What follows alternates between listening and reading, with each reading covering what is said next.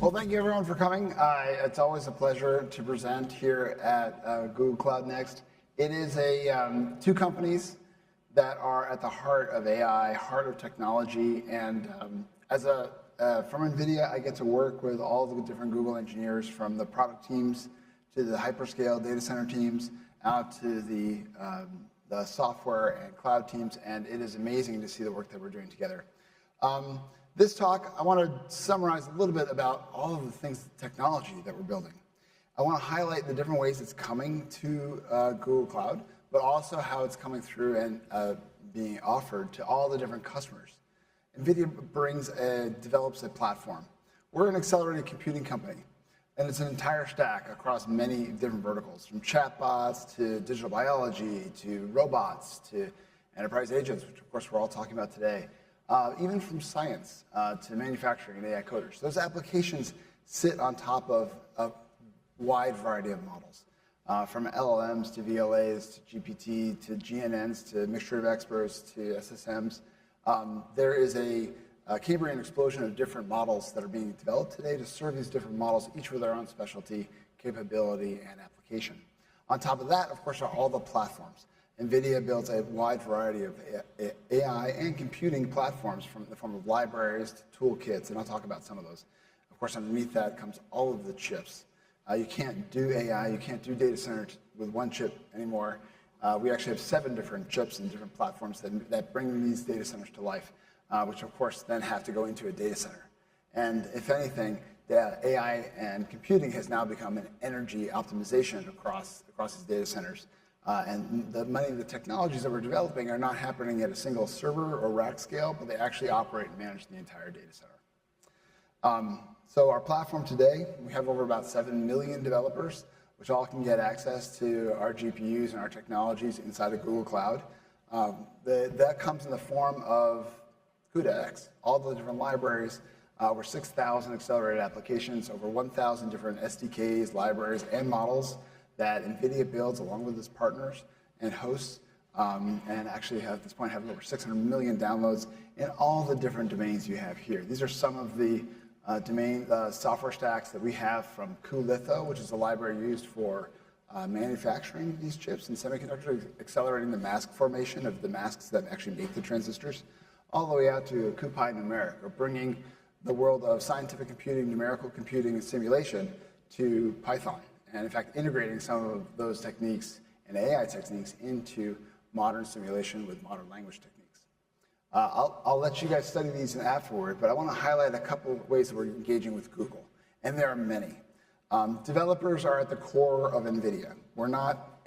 A platform doesn't exist unless you have developers. I can invent a new platform, a new phone, a new operating system tomorrow, but if I don't have developers developing on it, it's not going to actually activate and bring value to all those customers. Google, actually a year ago, we got together and said, let's activate the Google community specifically. So we started a new Google and NVIDIA developer community. In the past year, we've had over 90,000 developer signups. We've done over 4,000 hands-on learning sessions, and actually in just 1 year. These is where developers can come together. Both NVIDIA experts and Google experts can understand how to get access to NVIDIA's latest technology, how it gets integrated into all the different Google stacks. And if you don't know about it, please do check it out. There's lots of sessions here at Google Next. The history of the technology between these two companies is vast. I think we were partnering with Google at the very beginning of AI. Literally when AI first was finding cats in videos, NVIDIA and Google were working together. We actually helped launch TensorFlow 1.0 that was done at NVIDIA's GTC conference all the way back in 2017 with the original P100 GPUs, if you know what those are, or the original PCIe card version of our data center GPUs, the K80, which got deployed vastly, and are actually the first GPUs to be used for AI inside of Google. Since then, and fast forwarding, every year there's more software, from JAX to OpenXLA to MaxText, and of course all of the different platforms that come online. As those have grown, so have the infrastructure and the server and systems that we've built together and made available. That comes in the form of the A-series Google instances, dating back to the A2, which is the A100, all the way to the new announcement, the A5X with Vera Rubin that was made in the keynote you guys saw today. In addition, we also have our PCIe class GPUs. That's the G series, going back to the L4. Before that, it was the N1 T4. And then the recently announced G4, which is our latest RTX Pro 6000 GPU. And I'll show you how these different GPUs are being used inside of Google Cloud, both for themselves and also for many of the customers. This just gives you a broad one-slide view of kind of the joint platform that we bring together. Customers like Salesforce or CrowdStrike, Puma or Snapchat, or Base 10 or Reeve can get access to, of course, all of the different platforms that Google offers, from AI-optimized infrastructure to the actual AI platforms themselves, the new Gemini Enterprise platform, or GKE, Cloud Run, or Compute Engine, to the data science platforms, which are now getting GPU accelerated, and we'll talk about that. And of course, the open software ecosystem of JAX, XLA, and VLM. NVIDIA staffs almost all of these ourselves in conjunction with Google engineers. I have engineers working on JAX and XLA, optimizing it for GPUs. Whether it be running Google Cloud or in anywhere across the world, customers and developers can get access to the latest JAX and XLA technology on GPUs. And we listen to all of the biggest AI users in the world to add that capability into JAX and XLA to make it possible. All of that sits on top of that CUDA-X platform. Every single one of them, these are some of the major ones that are being used across Google and our customers. And of course, on top of that, all of these run on all of these different GPUs and networking platforms. From the original Hopper, Blackwell Ultra, now Vera Rubin, the RTX Pro. Also, they're optimized to run on NVIDIA ConnectX SuperNIC, which Google uses to connect all those GPUs inside of their clouds. And then more recently, we've added confidential computing. And I'll talk more about that. That's the ability to take an instance, a server, and put it in a confidential enclave. So even Google themselves cannot get access to your data, they cannot get access to your model or the executable running, and it's protected because it's happening in a confidential enclave. That is obviously where your data, your model exists. It's most important to you. So here's some examples of the ways we're working together. I don't know if folks who were at GTC may have seen this. Disney Research, NVIDIA, and DeepMind have come together to help advance state-of-the-art robotics. That's done through an open source project called Newton, which we've worked on together. You can find it in GitHub, to allow you to actually simulate and teach a robot how to walk, how to pick up objects, how to be a factory worker, all within the confines of a safe virtual simulated environment. So we can learn in simulation as fast as the simulation can go, faster than real time, and over thousands and thousands of GPUs. So the first time you take that robot brain and you put it inside of something like Olaf, it will walk handsomely across the stage, balance the wave, or pick up the box. Without doing simulation, we can't have the modern robotics we have today. And actually, DeepMind built a simulations platform called Mojoku that is also part of Newton, along with our Cameo and the custom simulation solvers.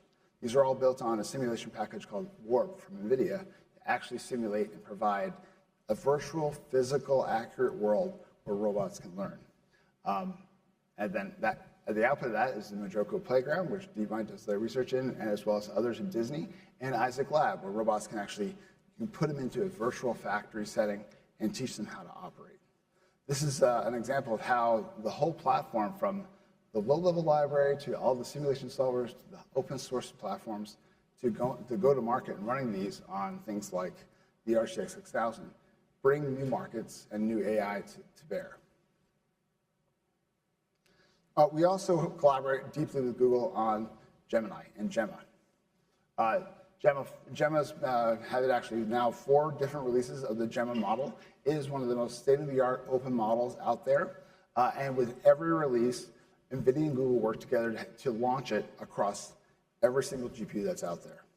You can run Gemma 4 in Google Cloud on a server. You can run Gemma 4 in any GPU data center OEM system on the planet. You can also even run Gemma 4 on your gaming PC or laptop. We do that by optimizing the design, optimizing the execution, and then with Google, launching it everywhere so you can download a pre-compiled NVIDIA NIM, that's a package container that knows how to run Gemma really efficiently wherever you are.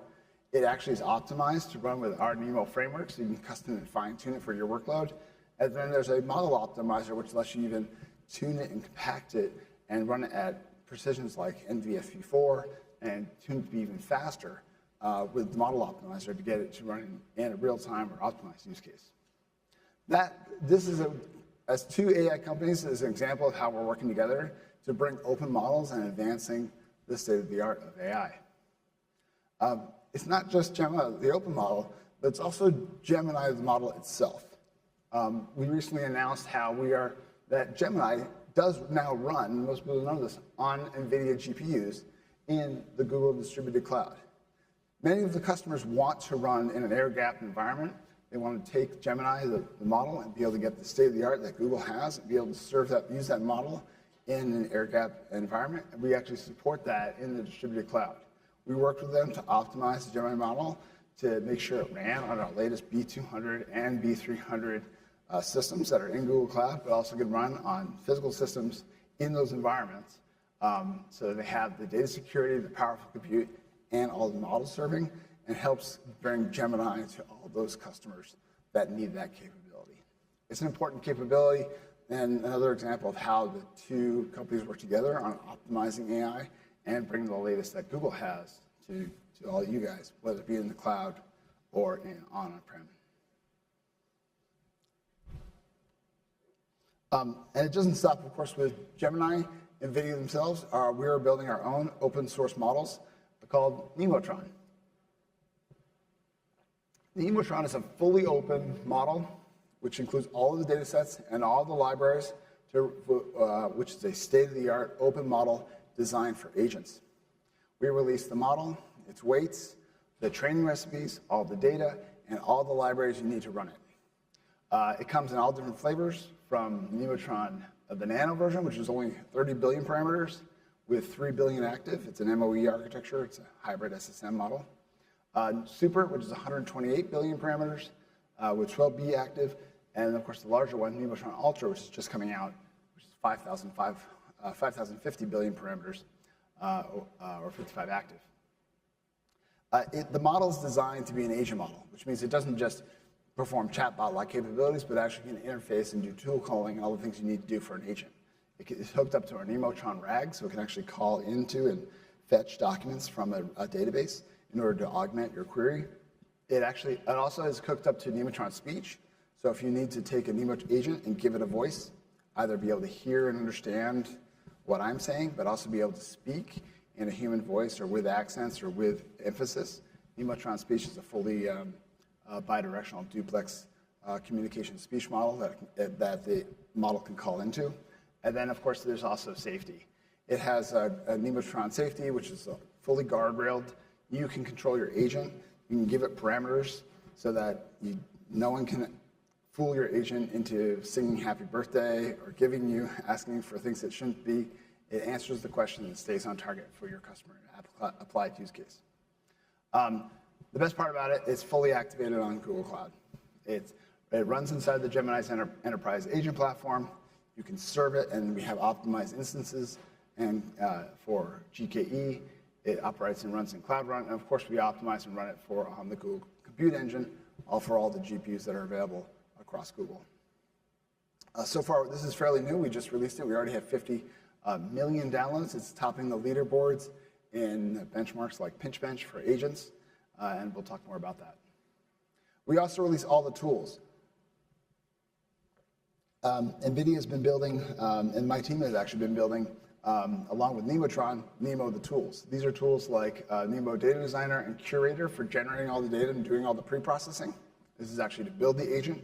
You have all the tools to actually clean up the data, do all the dedupe, get good, so you're not just doing garbage in, garbage out training. You're giving it the data it needs to learn and learn efficiently. You also have Nemo Megatron Bridge and the auto model for doing all the pre-training and fine-tuning. We give you a trained model, but it's a generic model. It's a smart model. These are the tools that are going to actually tune it for your exact use case. And there's actually blueprints and examples of how to do that. And then finally, all the post-training and reinforcement learning. If you want to turn it into a coding agent, you want to give it a task where it has to learn from trying and experimenting on a tool call, we have all Nemo RL and Nemo Gym, in the case of the robotics use case, to actually turn it from a chat-capable, interactive, fine-tuned use case to an actual interactive agent where it's going to be calling things over and over again and learn specific tasks like coding. All of this is actually hooked up and set up inside and supported with Google's managed training clusters. So you can do this in managed orchestration. We have all the recipes or examples of how to use it there. And I'll support it with the new managed RL API. So you can actually do it through an API interface quite easily. This is all supported on the current GB200 and NVL72 infrastructure and the HGX B200, both which are available of the A series, of course, inside of Google today. It doesn't stop there. Data is also a huge new area for us. I think we've been optimizing data pipelines for a long time. And with the advent of agents and the importance of AI, the demand for data and data processing is exploding. And with that, the cost and traditional use cases don't really work anymore. Snap is a good example. Snap has a massive amount of data. They process about 10 petabytes of data, user data, they need to process about every 3 hours in order to get the latest metrics, to serve up the right stuff and do the right, to have the best experiences. 10 petabytes in 3 hours is not a lot of time. Each model, each data point actually has 6,000 different metrics. And the traditional CPU infrastructure was exploding in cost and eventually became just too slow in order to operate. So they switched to using GPU accelerated processing in Google Cloud with the G series instances. That was actually using the NVIDIA cuDF library, CUDA data frame. It's a way of accelerating Apache Spark in order to get those Apache Spark processes onto using a GPU instead of just traditional CPU. As a result, the speed up was dramatic, and the cost came way down. What took 45,000 CPU instances, they could do on just 1,000 GPU PCIe inside of Google, and actually dropped the cost by 76%. So if you're having a traditional data pipeline, I would highly encourage you to check out Dataproc and cuDF and operating inside of the Google GKE. Many of the conversations I'm having here is about how I'm working with Google to accelerate the different data processing libraries and services they have, or you guys can just do it directly with yourselves by downloading these libraries, looking at a GPU accelerated Apache Spark and applying those use cases where data is becoming just such an important part of what we process and use today. The breadth of customers that I see at Google is astounding. Our platform, we've been building CUDA and building up this platform myself for 25 years. We first launched it in 2006, and it's been in development even before then. And as a result, that has developed a massive number of developers and a number of companies that we can help accelerate their computing and accelerate their opportunity. And now with AI, it's literally virtually every company. This is a list of some of the companies that we work with Google on NVIDIA GPUs. I think you guys saw Thinking Machines. They're using the A4X and with GB300 for their Tinker API. Toyota is using GPUs for visual inspection and equipment monitoring, all inside its factories. Literally saving tens of thousands of hours of manual work in order to keep those machines operating efficiently and on time without interruption. Schrodinger actually is using the GPUs for drug discovery. They have a physics-based simulation that allows the scientists to run these complex molecular calculations.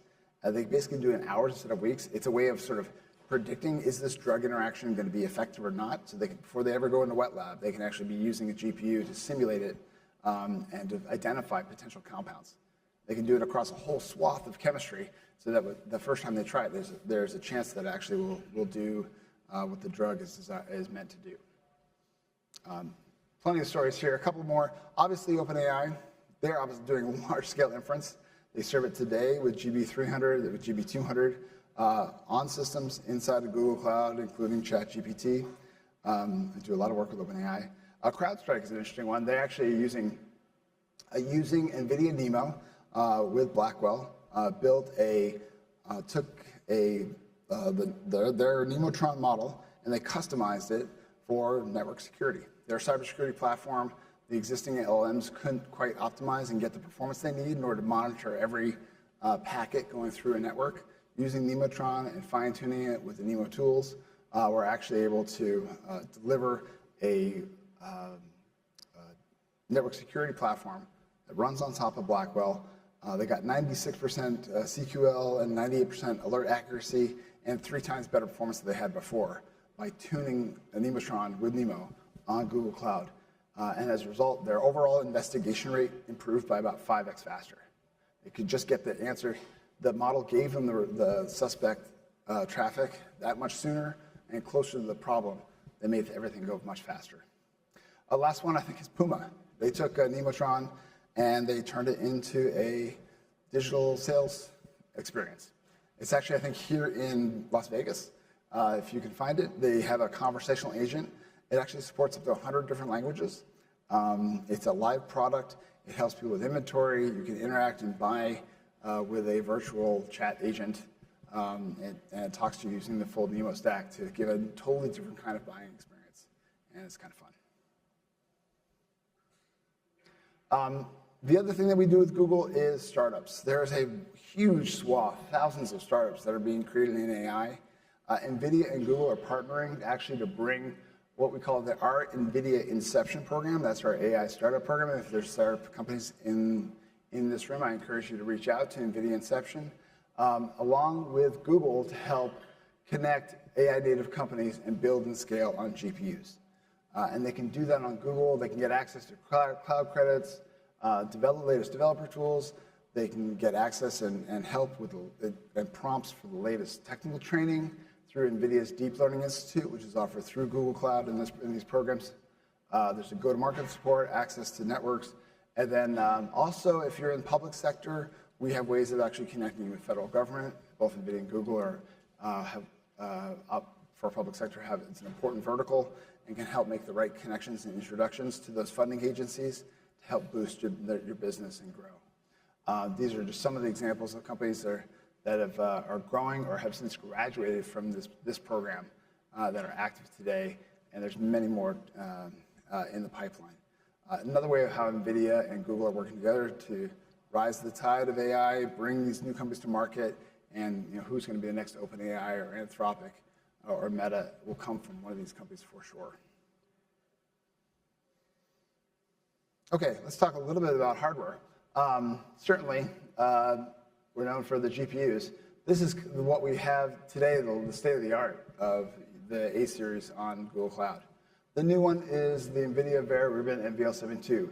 Each one of those trays actually has 4 GPUs, 4 Rubin GPUs and 2 Vera CPUs tightly connected, all in one tray. There's a tray right there. And then with it, we have 18 trays or 72 total GPUs with the 9 NVLink switches and a cable cartridge connecting all the ones in between. There's actually over 5,000 cables, highly finely tuned precision cables that run at 200 gigabit signaling speed in order to connect all those GPUs in one giant GPU. That's the latest one. It's coming to market later this year. Very excited to have it, be working with Google on it. And they actually have already received their first samples and stood up their first racks. And very excited to see. We just recently did some early training jobs on our Vera Rubins and have them inside of our company, and it's going great. The one that has been deployed at scale is all the Blackwell GPUs. That's the GB200 and the GB300. Very similar. The second generation of GB300 has more HBM memory and actually more NVFE for inference performance. Same architecture, so allows so that applications that are already running on the NVL72 GPU platforms today are going to scale and get that boost up when they get to Vera. In addition, we continue to offer the 8-way GPUs. That's an HGX B200, that's 8 GPUs. You can see that's all air-cooled. The other ones are liquid-cooled, that's why you have the big fin stack. This is connected to an x86 system and server, and they've been the workhorse of AI up until this point. But still, many of the applications need just 8 GPUs. They need x86. The enterprise applications are all accelerated to that. And then finally, the PCIe version, or the NVIDIA RTX Pro 6000. These are PCIe card GPUs. They have a slightly different optimization. It's different silicon. They're designed for graphics and simulation as well as AI. So a lot of the robotics work, a lot of the data processing stuff, where a single GPU can be placed inside of a system, it goes from being a CPU server to being an AI server. That's how we do it. And Google has launched the G4 VMs most recently here at Google Next. This is kind of what they actually look like. So this is actually the GB200 NVL 72 rack from Google. As you can see, Google, they love their colored cables. I got to work with them on this, and what we build is the reference architecture you saw on the previous slide, the beautiful gold servers. Those systems actually are then the components and pieces of that we work with Google on to add their IP, their technology, their talent, their capabilities to the platform and make them definitively Google even better and deploy it at data center scale inside of Google data centers. I wish I could show you what one of these looks like inside of the data center. They're very long. There's lots of these, very beautiful with all the colors. But you can see here how they're actually connecting all those GPUs together and routing them with their own Google-based power delivery. But they also integrate things like their Titan chip and their security platform, their networking, their east-west, and their storage plane, and their BMC and their system management, so that customers know that they can get the best possible out of NVIDIA, but also managed and operated and sustained reliably with Google infrastructure. And then we deploy it at scale across these giant data centers. There's well over 1 million NVIDIA GPUs inside of Google, and it's only growing. Recently, I think we just talked about with Vera Rubin, we're expanding it out to where data centers used to be 100,000 GPUs. With the new Virgo networking, we will scale across multiple sites to up to 1 million GPUs worth of fully connected, Virgo-connected GPUs, all non-blocking. Very excited about the networking advancements that Google's making to take these platforms and bring them to scale. The other thing that is becoming so prevalent is confidential computing. Think about it. You are going to train your model for your company. Whether you're OpenAI or Anthropic or Puma or Snap, this has some of your most important IP trained into a model that costs maybe millions, if not hundreds of millions of dollars to invent and investment. You need to protect that asset deeply. Some of your most important customer data is being processed by these models so that it can be smarter and learn and build those recommendations. How do you do that with ultimate security so that even Google themselves cannot see your data if they even have physical access to the infrastructure? We do that through confidential computing. This is an industry-wide initiative. It's actually started in CPUs. It's now been brought to all the GPUs so that we can actually build a confidential enclave where the hypervisor, the host, and the physical server is actually encrypted so that once data comes in to the system, it is entirely encrypted across the GPU, across all of its memories, across NVLink, and so that the execution itself is happening in an encrypted enclave, and you own the keys. Those keys are actually a combination of yours plus they've been validated through the confirming that this is secure, validated, trusted T environment by an NVIDIA service, and actually is going to be used for actually serving the most valuable models in the market today with the most important customers out there. You can securely deploy any model. You can protect those models. All the user prompts, full VM isolation, hardware-based security. It's fully verifiable by device attestation, so the system itself actually confirms that the system hasn't been modified. There's been no BIOS or firmware changes, and all of that's encrypted and actually key confirmed if we ever get on the system. This is obviously very important for sovereign AI and regulated environments, but also for protecting your data. And we're very excited that Google Cloud is one of the first to announce that they're bringing this to the Blackwell platform. and with the RTX Pro 6000, and also with the H100 GPUs. In the end, it's all about performance and it's all about cost. We can't keep growing AI if AI just keeps getting more expensive, or it doesn't get more efficient, and it doesn't get smarter. With every generation of NVIDIA GPUs, that's our mission. While the GPUs get faster, more complicated, they certainly get more powerful. They also dramatically improve performance. They dramatically improve performance per watt, which means how many GPUs you can put in a fixed wattage data center, and it reduces the token cost. This is a benchmark by a company called SemiAnalysis. So they independently benchmarked DeepSeek R1 on a 1K input, 1K output, interactive test. The x-axis is interactivity. You want to serve DeepSeek at 100 tokens per second, or 50 tokens per second, or 200 tokens per second. This is the performance that NVIDIA GPU can deliver compared to the megawatts, the throughput at a fixed megawatt power.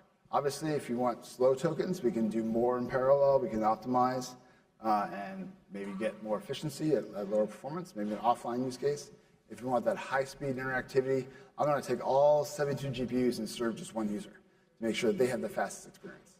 That's amazing for them. People charge more for that. That actually is activating some of the highest value use cases. Those tokens are the most expensive because they're have to happen in real time.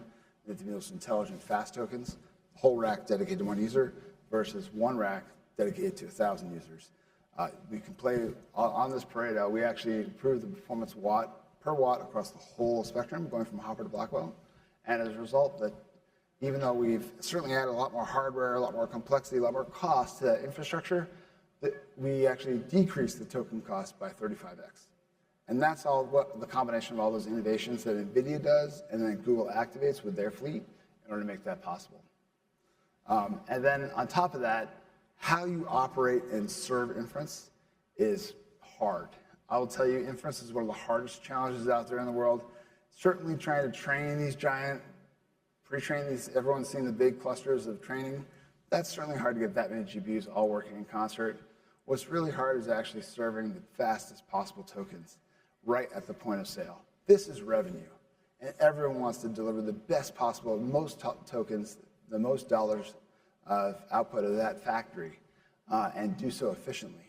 To do that today on models that don't fit on a single GPU, they don't fit on a single server, they're not going to fit in your HBM, they actually have to be distributed. We have building software like Dynamo to actually disaggregate the serving. We actually process the input tokens and the output tokens on different servers. They actually transfer the KV cache between the input and the output. We then do KV offloading. So when you get a query, which GPU do you send it to? Maybe the context for that query, your user data is sitting on this server, so I should send it there, but that server's already been busy because it's serving somebody else. The workload is very time random almost. So we often have to do algorithms like distribute your data around the data center. All these things are actually being developed as algorithms that are state of the art, are becoming open source with software like Dynamo. So we actually can route and offload and do KV routing. We can do all the disaggregation to get that throughput. That all has to work inside of an infrastructure, inside of something that's scheduling all that work, assigning the GPUs, and the front door, which is the GKE and the GKE inference gateway. And then we have to do it across all the different fleets of GPUs because there isn't just one GPU. We have to support all of them in Google, so you guys have choice, and maybe you're already on those GPUs and you want them to go faster. We did this over the last year. We announced Dynamo a year ago. We've been optimizing it, bringing it to market, and activating it inside Google Cloud. A Blackwell GPU got 7 times faster. The same GPU got 7 times faster with all these tricks and techniques. So that's GPUs you've already paid for, you've already rented, you've already secured. So if you're not using the latest inference software from NVIDIA, and you're not making sure that you've hooked it up the right way through Google's interface, you could be missing out on 7x more performance for the same dollars you're already spending. I would encourage, this is one of the ways that inference is so hard. There's so many people making it faster, cheaper, better. Please do, if you are in that market and you do know, you care about your token rates, you're trying to get more GPUs, but you just can't get them. Actually, my first recommendation is to make sure that you're using the latest software because this is 7 times more GPUs for what you've already paid for. Give you another example. This is GB200. On that same benchmark I showed you before, we took about 4 months. NVIDIA actually, we have an army of optimization specialists. And then we take a model like DeepSeek, and we figure out all the different ways it can run inside of that, on that rack of 72 GPUs. Do you parallelize this way or that way? The prefill, the KV cache calculation, all the kernels and MLA optimizations that you do. And folks in AI may recognize some of these terms. We actually ran over 250,000 simulated configurations of how to run DeepSeek on NVL72. We burned about 1.4 million GPU hours. A lot of those actually were on Google. Like we read back servers from Google to do our own work. So you guys are using the same GPUs we are to optimize AI. There was 1.4 million hours of testing of those different optimization paths. We found about 38 major optimizations, and as a result, we made GB200 about 4x faster. So this is why you always got to make sure you're getting the latest technology, your latest model, the latest stuff from NVIDIA, and making sure it's well optimized inside of Google. Okay, let's talk about agents. Everyone's talking about agents, and that is for NVIDIA. It actually, of course, is a whole nother layer of scaling. We started with pre-training, building big data centers, to training the initial models, the post-training where we actually turn the raw knowledge into instruct or chats or things that can do something with it, to actually the long thinking and test time, letting models think like DeepSeek for a while before it answers the question. Who knew? You don't just blurt out the first answer, you actually let it think. But now with agents, we have AIs talking to other AIs, where one agent is talking to another AI to give it as an input, it's producing output, it's going to another AI, and likewise to give you the answer. These swarms of agents actually just took humans out of the loop. So we have a whole other scaling law where before, the chatbot only needed to be as fast as you could read and you could type. Now I've got a chatbot that actually can read and write as fast as another chatbot can read and write. It's another chatbot, and you can see where this is going. It's causing an explosion of a need for more compute and also another path to optimize. We see this computing paradigm actually pushes on all of the metrics. So multimodal prompts are whether it be text or images or just unstructured data. The memory has exploded, so how much information you know and producing the answers also exploding. The size of the models, of course, all the sub-agents, the tool calling, and now with computer use and desktops across the board, it's a whole new computing paradigm where everything that we did by hand now the agent has access to and could emulate. And without surprise, you guys have seen this, the rate at which OpenClaw exploded onto the market. This is a graph of GitHub stars. So you can see the GitHub stars going back to 2012. The yellow line is the Facebook Reactor, the original Facebook framework. The blue line is Linux.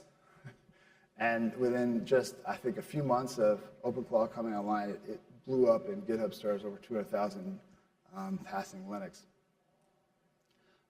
One of the ways that these agents are actually adding a ton of value, and this is just an example of how we're using internally in other companies, obviously is coding. A lot of how you schedule or run AI is a complex optimization problem. You don't just take a layered neural network and say, I've got a CUDA kernel for that, a CUDA code for that, CUDA code for that. Often the times it's actually you're running multiple queries at the same time. There are different phases of the pipeline, and also some of the parts of the pipeline could be fused and combined. That creates a combinatorial explosion, and actually the kernels you could run on a GPU. And GPUs are very powerful machines. They have a lot of floating point calculation. They have a ton of memory bandwidth. They have many different engines that are all designed and optimized to run all in parallel. But the next step is actually giving them what are the bite-sized chunks that they should be operating on. We worked with Cursor to actually take about 235 of the most popular kernels that we use, the math kernels for AI, and we built an agent with Cursor just to go ahead, just go optimize these, play. We gave them parameters. These are, it was all the different settings, all the different ways they could be combined, and let it random walk or really explore the combinational space. They actually improved our kernels by 38%. Just letting the agent run. We gave it some B200 GPUs in Google, and found 38% more performance just by letting the agent go. ByteDance did something similar. They actually found 2x more performance compared to the standard PyTorch compile path by, again, using their RL agent to optimize kernels. And then the inception community of startups, companies like right now Forge, they got a 14x speed up on their kernels. There's a lot of code out there that can be optimized. I think many people just want to have their software. It was written, it worked well enough, and they moved on. You know, if you just have your agent in the background, just make that code run the same test case, run the same, let it go. Our developers, they can focus on adding the functionality, building together the systems, and let the agents go and optimize and just make stuff faster, just like we were doing with those hundreds of optimizing engineers. They're now running thousands of different experiments in parallel to help drive and guide an agent to actually build even faster kernels, so you guys can get more GPUs, even though you're not buying a single more GPU today. It's just going to be faster just because of the work that's happening right now in agents. To do that, we got to keep building infrastructure. Today's market is not just agents. We see a wide variety of offline use cases, chatbot without reasoning, just quick answers, lots of quick answers to be able to respond, to deep thinking or reasoning chatbots, to multimodal, to coding assistance, to research. And that's kind of what NVL7 Rubin is really designed to do. Whether it be training or inference, the same platform does them both. Many of the customers, they procure their infrastructure for training, and they turn around, they're going to use it for inference later. It makes a lot of sense. When you train a model or design a model to run efficiently, to train efficiently, it is naturally designed to run really efficiently on that same infrastructure. Many of our biggest customers, they'll procure data centers worth of GPUs. They'll build their models and then turn around and run inference on the same hardware or the generation prior. And because it's all CUDA, because it's an NVIDIA GPU, because we maintain that compatibility all the way back to 1.0, it works, and it works efficiently, and it works well. As you can see, Vera Rubin is a nice bump up of basically 5x of Blackwell in terms of floating point performance. It's a 2x on its fast memory. The HBM bandwidth, we are now first to market with HBM4 with 1.6 petabytes a second in a single rack. The NVLink is a fully connected interconnect. Those switches allow every GPU to talk to every other GPU at full performance, no compromise, no blocking. That allows the model to really, those 72 GPUs to really act as one. There's no routing, no hops, no compiling. It just works. And that's really valuable to scale up. And then, of course, within the in-network compute of 130 teraflops of total compute. And those delivers to the 10x promises and the 1/10 the token cost compared to the previous Blackwell. It also, at training scale, is about 1/4 the GPUs to train some of the models they had that you would train on Blackwell as well. But as we get to this multi-agent system, now we're going to have interactive, basically trillion parameter models talking to each other. These are some of the most valuable models in the world. They're being developed by the most intelligent AI companies like OpenAI and Anthropic. I saw them here. Both companies are giving talks here at Google Cloud Next. That'll take these day-long queries to actually take less than an hour. What took a week before and to think, now will happen like in a lunch break. I'm expecting like 15x the token generation, and as a result, the models get even more valuable. They want to build them even smarter, more intelligently to get and that's the AI frontier opportunity. We're going to be seeing 10 trillion parameter models plus. We're going to be processing on 1 million token contexts, and the interactivity rate, because it's AI talking to AI, they can listen and think faster than I can even talk. So it's going to be happening at 15,000 tokens per second. So NVIDIA actually recently announced that we have acquired the IP from a company called Grok. This is the Grok LPU. It is a 500 megabyte SRAM plus compute processor that is specifically designed for extreme flops and bandwidth for inference. If you compare Rubin on the left and the Grok 3 LPU, which we're bringing to market now, you can kind of see the difference. There's 288 gigabytes of HBM4. Those are all the those 8 gold die around the compute die. That's plenty of memory to hold millions of tokens of context and KV cache, as well as the model itself. On the right, you have an SRAM chip. There's no HBM here. We've dedicated the chip to super fast memory, 150 terabytes a second. It's also the most expensive memory in the world. It uses transistors as memory. That makes it really fast in order to fetch, but it is constrained in its size. But as a result, for all of those operations in inference where your memory bandwidth limited, this is extreme memory bandwidth compared. I love the 22 terabytes a second, but 150 terabytes a second really makes the parts of the AI model, the layers that need to run fast, run really fast. We can actually combine these two GPUs together, and that's what we do. We actually have, you can put an LPX or rack full of those LPUs. It has 256 LPU chips. They're all connected with the same spine. With the Vera Rubin rack, which is obviously can run every AI model, it can do all the attention, all the math that you need for modern AI for inference. And then we can offload the memory-rich, intensive parts of the calculation to the LPX rack. We connect these two up with a dedicated high-speed, basically fast path Ethernet connection. So as the FFNs of the model, the matrix multiplies that need to run at the extreme token speed, the extreme math speed, we'll run that on the LPX rack. All the other attention math, all the other KV computation, we can do all on the where you need all the memory, we can do on the Vera rack.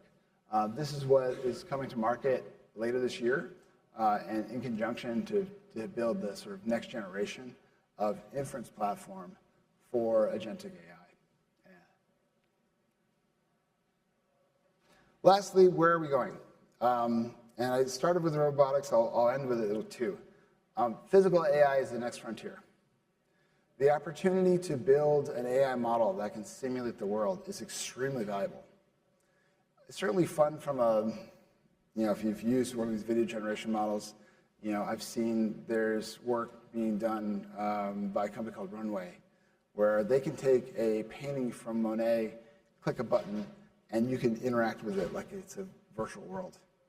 An artist rendering of a gladiator fight in the Colosseum in Rome, push play, and you just walk through it, and everything is alive. That is an AI model that is actually simulating the physical world. It's physically accurate. It has people. It is trying to make that work. The industrial application is, of course, across all of those verticals. And from life science to energy to building those robots. And our next click here is to use all those GPUs with Omniverse to simulate and Isaac Sim to allow the robot to interoperate with an AI model that can simulate the world to let the next generation of robots, factories, self-driving cars, and all the applications that our AI is going to build interact with the physical world, become a reality. It's going to happen inside of a GPU cloud, inside of Google Cloud with the G4 VMs, and some of the most exciting startups are there now. With that, I want to wrap up, and thank you guys for coming to my session. From all of the next generation physical design, from all of the work that we're doing today, I hope you can go and learn some of these things. There are many sessions, some have already happened. These are some I would recommend you check out. Check out the QR code, but I think you don't need to go far in order to find a customer, a use case, a story, Google product manager who isn't out there celebrating the GPUs inside of Google Cloud.